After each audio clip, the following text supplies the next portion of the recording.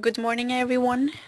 Welcome to our webinar on the Communication and Engagement Policy by the United Nations Global Compact. My name is Ana Blanco. I'm a manager in the Communication and Progress team in the Global Compact office. I'm in this webinar with my colleague Gordana Filipic. Gordana will be taking your questions. I will be making this presentation. We thank you all for being here with us today. This webinar is designed for non-business participants in the Global Compact or non-business organizations who are interested in joining the initiative. The topic for today is an introduction to the new Communication and Engagement Policy. It's a policy that will affect all non-business organizations in the initiative, and it will take effect at the end of this month. A few webinar rules before we start. All of the participants in the webinar are in mute. If you talk, I cannot hear you. However, we encourage you to ask as many questions as you'd like. The way to ask the questions will be by typing your questions in the little box that you see on your screen. It says questions box, or there's a chat box. In either of those places you can type your questions, and we will be taking your questions as they come up. The length of this webinar is going to be around 40-45 minutes, might be 10 minutes more depending on your questions. The presentation is going to be about 45 minutes. The materials of the presentation, this presentation that you are about to see, and the recording of this webinar will be sent to you after we finish our webinar. So later today you will be receiving both the recording and the presentation. And without further ado, let's get started on our communication and engagement policy presentation. Today we're going to cover 4 main topics. We're going over the objectives of this policy. We're going to talk about its origins and its purpose. We are going to see the details of the policy, and we're going to clarify what are the next steps that non-business organizations should follow. For today's objectives, we have the understanding of the origins and the purpose of the communication and engagement policy. We want to help you guys, non-business participants in our initiative, to get familiarized with the policy. We also want to explain how this policy will affect your organization or any non-business organization joining the initiative. And we want to equip you with the necessary tools to fulfill the requirements of this new policy. We're going now to move on to our second part, the origins and the purpose of the policy. In this slide you are seeing a timeline, and the purpose in this timeline is to show you the whole process that we have been undergoing to get to where we are today, where we are about to release our communication and engagement policy. I will not go into all the details. When you receive the presentation, I encourage you to go into the details on each one of the steps. I want to highlight 2 things in this slide. This process started in actually 2010, when we started to hear from our local networks some concerns about the participation of non-business organizations in our initiative. Their concerns were mainly that we do not have enough information about the organizations when they join. When a company joins, we collect a lot of information about that company. That has not been the case for non-business participants. So we have very little information about them, and this is an issue that local networks have been concerned about. Secondly, once the organization joins the initiative, there have not been clear expectations for these organizations, and the local networks raised this issue, and they wanted to see some more clarity on what are the expectations from non-business organizations. Thirdly, non-business organizations have not had any requirement or any opportunity to show their progress and their efforts. They didn't have any communication requirement, and this is also another issue that was raised back in 2010 by our local networks. And lastly, we were having a situation with the misuse of the classification as a non-business organization in the Global Compact. What was happening was some companies, they were structured as a company and they function as a company. They realized that non-business organizations did not have to report. They did not have to submit any communication on a yearly basis like companies do. So what these organizations were doing was they were classifying themselves as non-business participants to avoid the reporting requirement that companies have.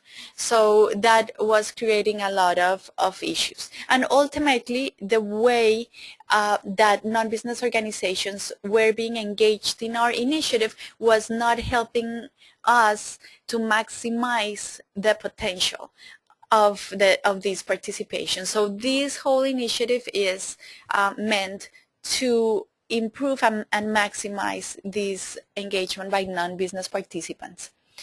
So when we received all these comments by our local networks back in 2010, the initiative was brought to the board, and then a whole process of consultation started that took basically almost 2 years, all of 2011 until 2013.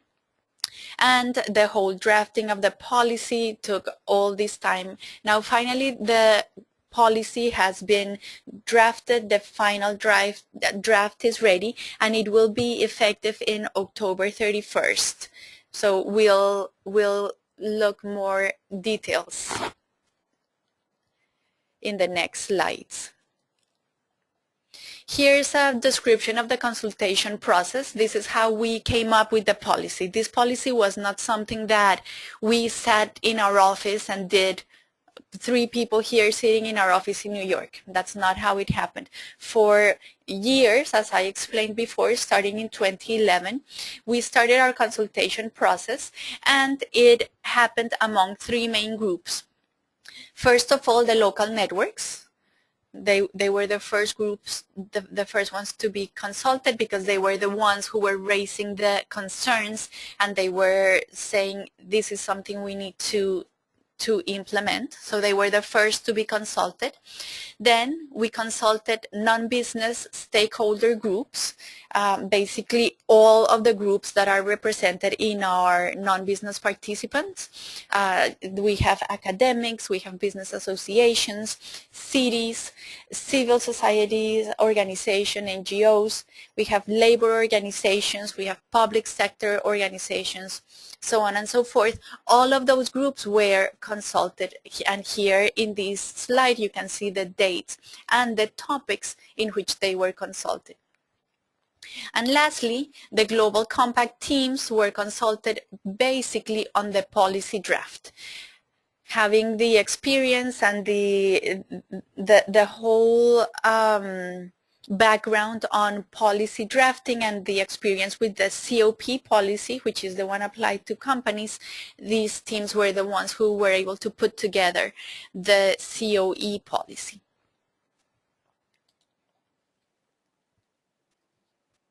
So the purpose, the main purpose of the communication on engagement policy is first to, as I said before, to maximize the potential of non-business participants in our initiative. And in order to get to that maximization, we want to develop clear requirements for non-business participants, avoid the misuse of the non-business category, as I explained before, and basically address all the concerns raised by our local networks, including the lack of information on these organizations, the lack of clear expectations from the participants, and the absence of reporting requirements for non-business participants. Now, a very important clarification here is that the mandate of the Global Compact is still the engagement with businesses. When the General Assembly in the United Nations created the Global Compact and they gave us our mandate, that mandate was to engage with businesses, with the corporate world, and encourage them to engage into corporate social responsibility activities. That mandate continues and it still remains the same. The COE policy will only affect non-business participants. This policy will not affect any company. It will not affect any other stakeholder. It is for non-business participants in the initiative. Non-business participants are expected to align their practices with the 10 principles. They are expected to do so, and they will be required to report on their engagement with the Global Compact. This idea is something that I will explain in more detail a little later. And lastly, the dialogue facilitation that we conduct with companies currently still remains only for companies. This dialogue facilitation is not something that is going to be applicable to non-business participants, and this is again within the idea that the mandate of the Global Compact remains to be engaging mainly with companies and with businesses.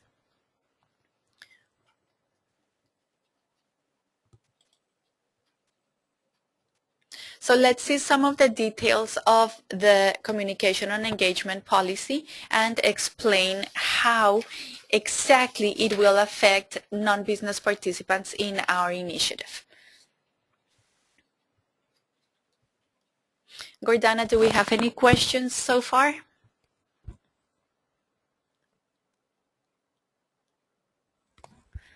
No questions, Ana, this one. Okay. Good. I'd like to remind everyone, if you have any question, please type it down and we will be happy to address questions at any time.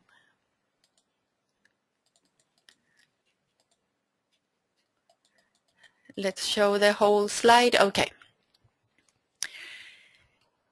The communication on engagement policy was created mirroring the communication on progress policy.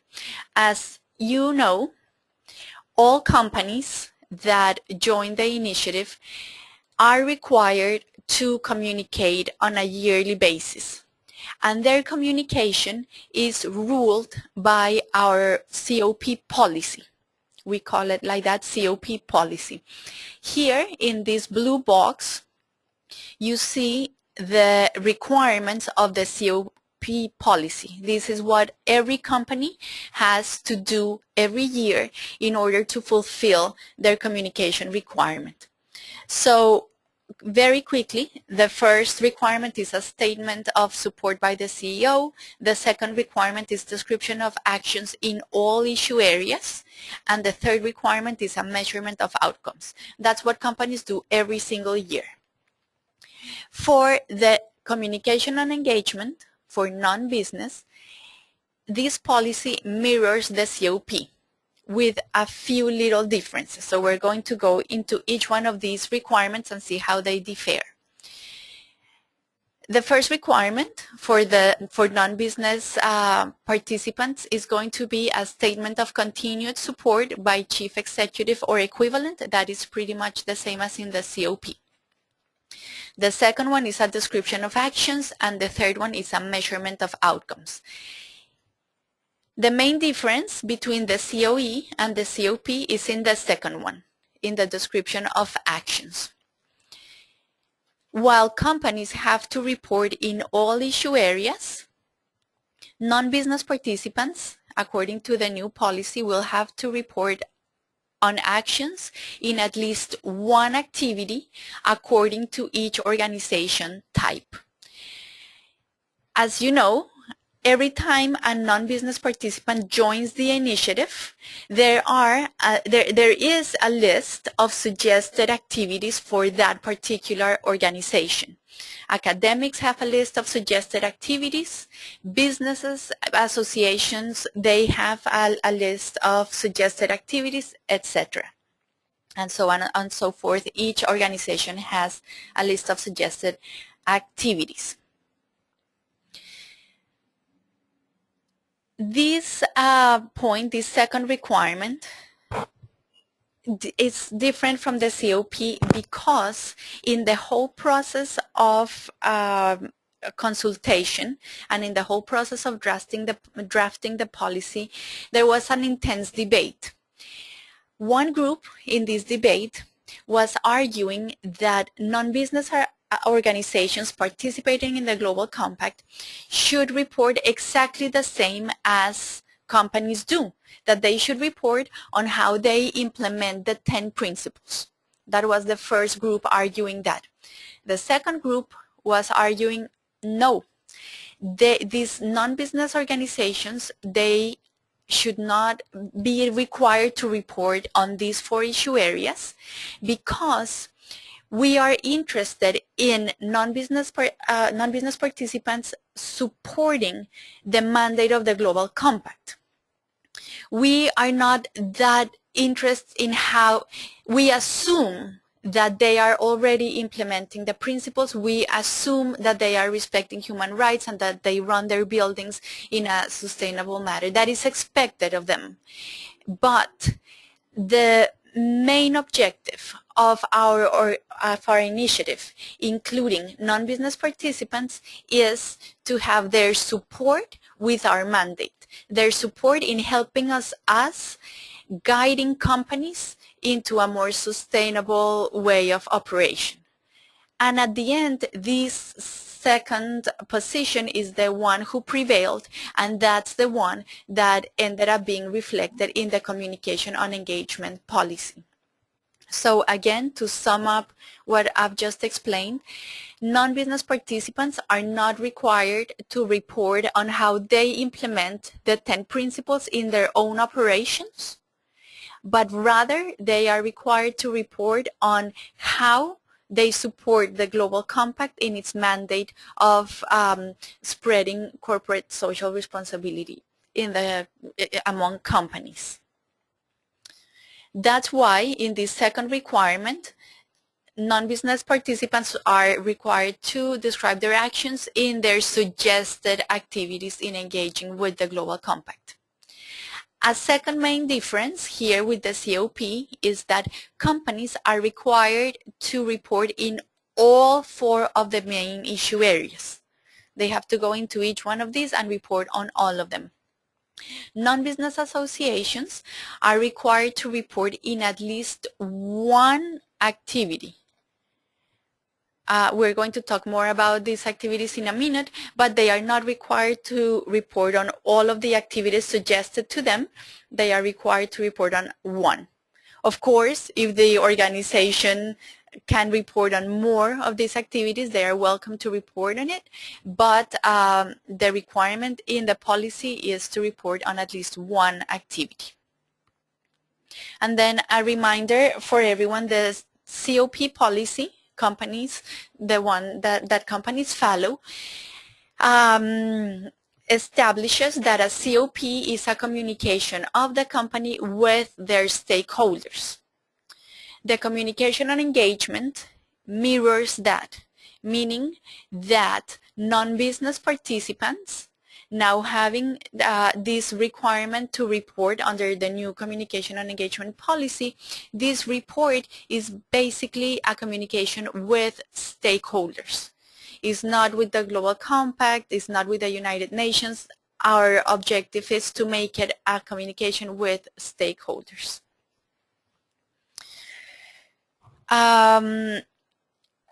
As you know also, the COP has some levels. We have what we call our differentiation level. differentiation program, which includes levels, different levels, depending on the degree of disclosure and transparency of that COP. It is placed in either the GC active level, the GC advanced level, or the learner category. That differentiation is not going to apply for COEs. In other words, non-business participants report or they do not report, period. There's no classification of their reports. Okay, let's move on. If there are any questions, please remember to type them down in the box. In this slide, we wanted to highlight where you can find the activities that are suggested for each type of organization. So as I mentioned before, the COE requires that you report on at least one activity. The way of knowing which are the activities suggested for your type of organization, you go into our website. Under the title of how to participate, you find the title non-business participation. Under that title, you see each one of the types of non-business participants in our initiative, and then you can click on your type of organization. Just for the sake of an example, here we clicked on business associations. This page leads us to the description of business association participation in the Global Compact, and here in the bullet points, these are the activities. So it says business association engaging in the Global Compact, undertake a number of activities. These are the suggested activities.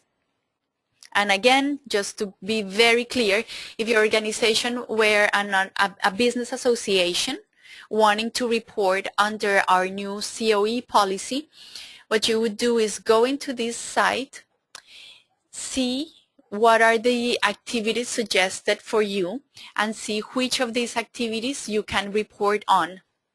And then you report on at least one of them. If you can report on all 6 of the activities, that's great. You're encouraged to do so, but the policy will only require you to report on at least one. So we try to be as flexible as possible in this policy, yet requiring transparency and disclosure as well from non-business participants, hoping that this will also increase the engagement and maximize the potential of their participation.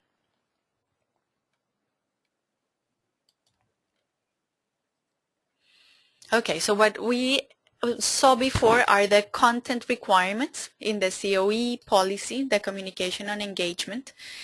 By the way, I forgot to mention when I was explaining to you the difference between the requirement, the reporting requirement for companies and the COE. I forgot to mention why it is called COE, communication on engagement. And it is precisely because companies report on their progress in implementing the 10 principles. So it's communication on progress, COP. How are they implementing the 10 principles into their own strategy and operations? The COE, communication on engagement, is how non-business participants engage with the Global Compact, not how they implement the principles, but how they engage with the initiative. In this slide over here, we are going to see how the submission process of the communication on engagement mirrors the COP submission. So what companies do right now, if you are familiar, you might be familiar how companies submit their reports, is mirrored for the COE. Most of them here with the red arrows, you will see is exactly the same thing. The few spaces without an arrow is because there's a difference. We're going to explain the differences right now. The COP submission is an annual requirement. The COP is due 1 year after joining. So a company joins, the year after joining, they are required to report, and every report is due a year after the previous report has been submitted. It's an online submission. The self-assessment determines the level. A PDF is required. The report in PDF format is required. If a deadline is missed, if the company does not communicate, does not send their COP, they are labeled as non-communicating. They remain as non-communicating for 1 year, and if they don't communicate within that 1 year, then the company is expelled from the initiative. And the company is also, they have ways of modifying their deadline. Now, this is what a company does. What non-business participants will have to do with our COE policy, which again will be into effect in October 31st, is mirroring what companies do.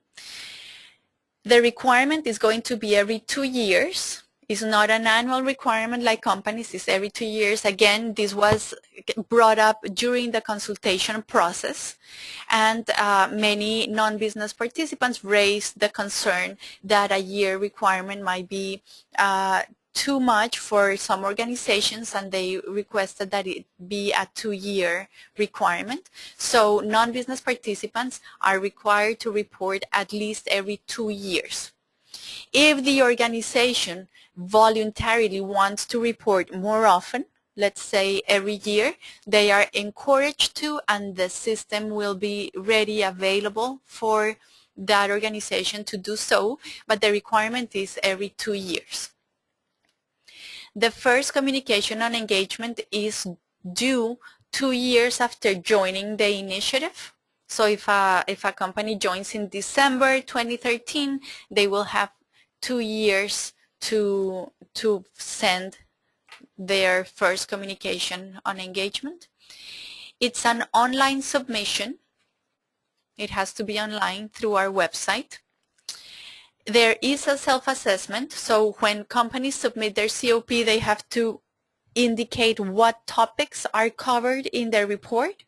That is going to be also in the COE process. However, there will not be any levels applicable to COEs. This is what I explained before. The differentiation program remains applicable only for companies, not for non-business participants. So you as a non-business participant will submit your report, will complete the self-assessment, and that's it. The self-assessment being a questionnaire of a few questions to indicate what your report includes. There is a PDF required. You need to submit your report in PDF in the system. If a non-business participant misses the deadline of communicating, they will be labeled as non-communicating, just the same as companies are when they miss a deadline.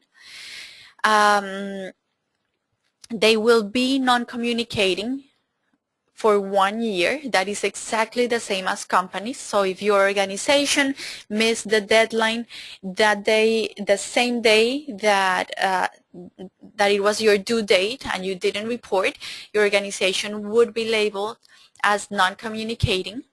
If you do not communicate within the following year, your organization will be expelled from the initiative. That is also something new. Non-business participants typically have not been expelled from our initiative, only if there's some criminal activity, etc. In those extreme cases, we would expel a non-business participant. Now, if they don't fulfill the communication requirement, they will be expelled. Now, let's see. I'm not going to go to questions because I think this next slide can answer some questions that will come up. The timeline for COE implementation. We're going to pretend we are a non-business organization and we are joining the initiative on October 31st of 2013. So I joined on October 31st. The policy is into effect this day. The policy applies to me. I'm a new organization and joining. My first COE is going to be due on October 31st of 2015, exactly 1 year after my joining date. So it's October 15. Come October 31st, 2015. Come this date, I have two options. Either I report on time when I'm supposed to do it on October 31st, or I don't report, right? If I report on time by October 31st of 2015, I'm fine. My report goes into the website, it goes live, it is available to all stakeholders to see. And my next communication and engagement will be due on October 31st of 2017. And that's it. That's the case that I report. If I do not report by my due date, by my deadline, my organization is labeled as non-communicating. Now, being a non-communicating company, I have two options. I have until October 31st of 2016. This is 1 year after my due date.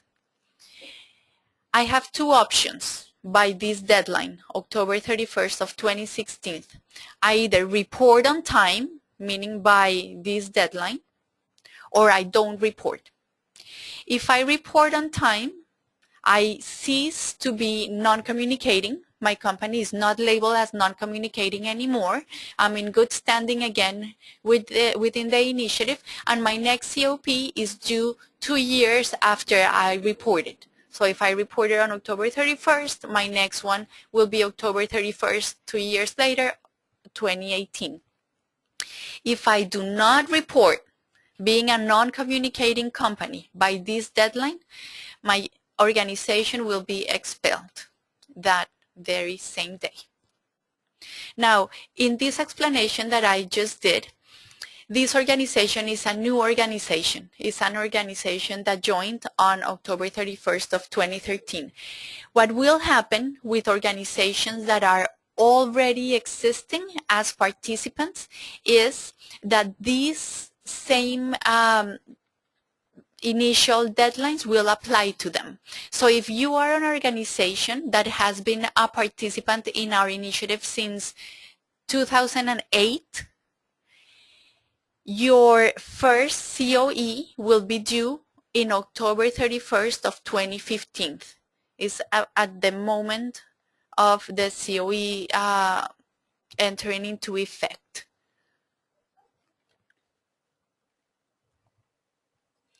Okay, so let's move on. This is when you log in. All of you, as you know, when non-business participants join the initiative, you are given a password and a login. In that way, you can access our database and you can update the information of your organization. So in order to submit a COE, you need to do the same thing, log into our website, use your password and your login, and then you will go through the process of submitting a COE. This is the questionnaire that you will see at the moment of submitting your COE.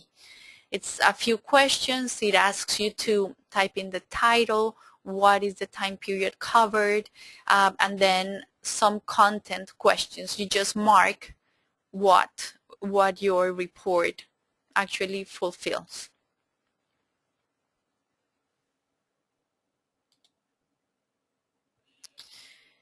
Gordana, do we have any questions so far? There are no questions. If you have any questions, please type them into the chat box. Thank you. Okay. Let's move on with next steps. Now, after you've seen all these, now you are aware that the policy is going to be into effect in October 31st. What are the next steps for you?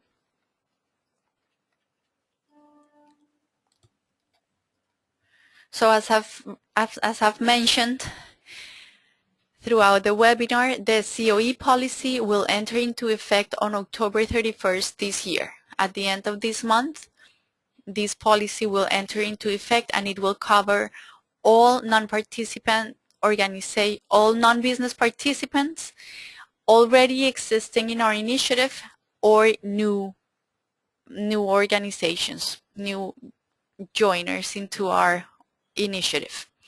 The first thing is read the COE policy. I will send the policy along with this presentation. It has been published in our monthly bulletin this month, so please look into the bulletin for that.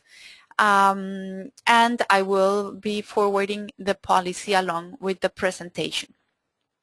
Secondly, share what you learned in this webinar with your colleagues. Explain to them what this is all about. Think how you want to go about submitting your report. One very important thing is, as you might be aware, companies are encouraged to use their existing reports to fulfill their requirements. And it's exactly the same thing for non-business participants. If your organization already has a year report, a biannual report, any type of report that you issue, you can use that report as your communication and engagement. You don't need to go out and create a new report, creating more work for you. What we want is just to help you guys maximize the engagement, help stakeholders to see what you're doing, and ultimately increase transparency and disclosure also by non-businesses. So if you have a report, use it. See what are the requirements in our policy that you would need to still include in your report. Let's suppose your report doesn't have a statement by the chief executive supporting the Global Compact. Let's suppose, then just include that statement in your existing report. Don't create a new report. Include the information that is missing and use your report and upload it as your communication and engagement. So you're strongly encouraged to not go out of your way, use what you have. Then once you have figured out how you want to go about what's the best way for your organization to fulfill this requirement, submit your COE on the Global Compact website. Starting October 31st, the system will be ready for you. If you go tomorrow to submit your COE, it's not going to work because the policy is not in effect. It will only be in effect October 31st. That day the system will be open for you to start sending your reports. Even though if you are an existing organization, your first report will only be due on 2015, on October 31st, 2015, you are strongly encouraged to report before then. If you already have a report, you have the information available, why not go ahead and practice transparency and disclosure and report. This will benefit your organization, your stakeholders, our initiative, etc. Lastly, if you have any question, please contact your local networks. All local networks have been trained on the communication and engagement policy. They have access to the information.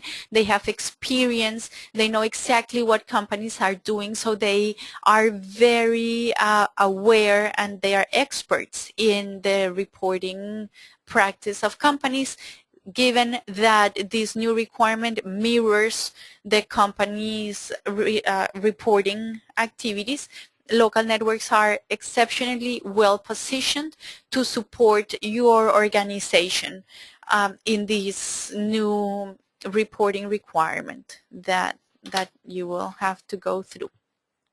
Of course, our office is also available for you. If you have any questions, you can feel free to contact us.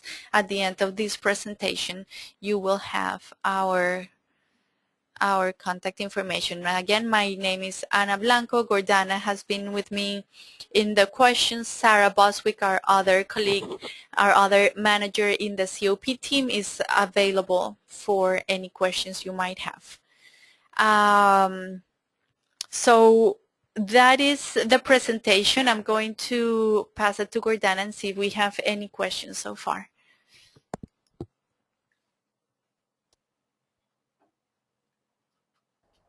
I didn't see any questions right now. Okay, good. I'm receiving one in my chat box, and it's saying that the slide says new business participants will be automatically covered. Let me see what, I think this is the slide that the participant is referring. The question is, the slide says new non-business participants will be automatically covered by the COE. What does it imply for existing non-business participants? So existing non-business participants, as of October 30th of this year, will have 2 years until October 31st. So basically, the COE policy goes into effect in October 31st. Existing organizations will follow the rules as of October 31st, as of the date of the policy going into effect. That means if you are an existing organization, by October 31st, your first communication on engagement is due on October 31st of 2015. You have 2 years to report. So it's a long period of time. Again, we encourage your organization to report sooner, if possible. If not, you have 2 years until October of 2015 to report.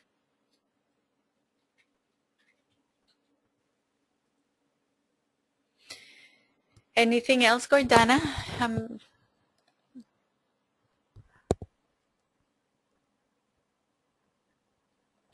I'm seeing a comment here. Is it possible to send a document in French? Do we need to translate it? This is a good question. Oh, by the way, the policy, the actual policy, will be available in all of the UN languages plus Portuguese. French is one of the UN languages. It will be available in French. That's the policy. However, this presentation so far, we only have it in English. I can definitely get in touch with the French local network and see if they will be interested in offering this presentation in French, and I'll make sure to let the participant know if the presentation can be offered in other languages. This has to be done through the local networks. So that is, in summary, I will circle back with the local network. And is it possible to send the communication on engagement in French? The translations are currently taking place. They will be available by the last week of October. So today I will be able to send it in English. My translations department is working hard on it, and their deadline is on the last week of October. So by the last week of October, this policy will be published in our website in all of the UN languages plus Portuguese.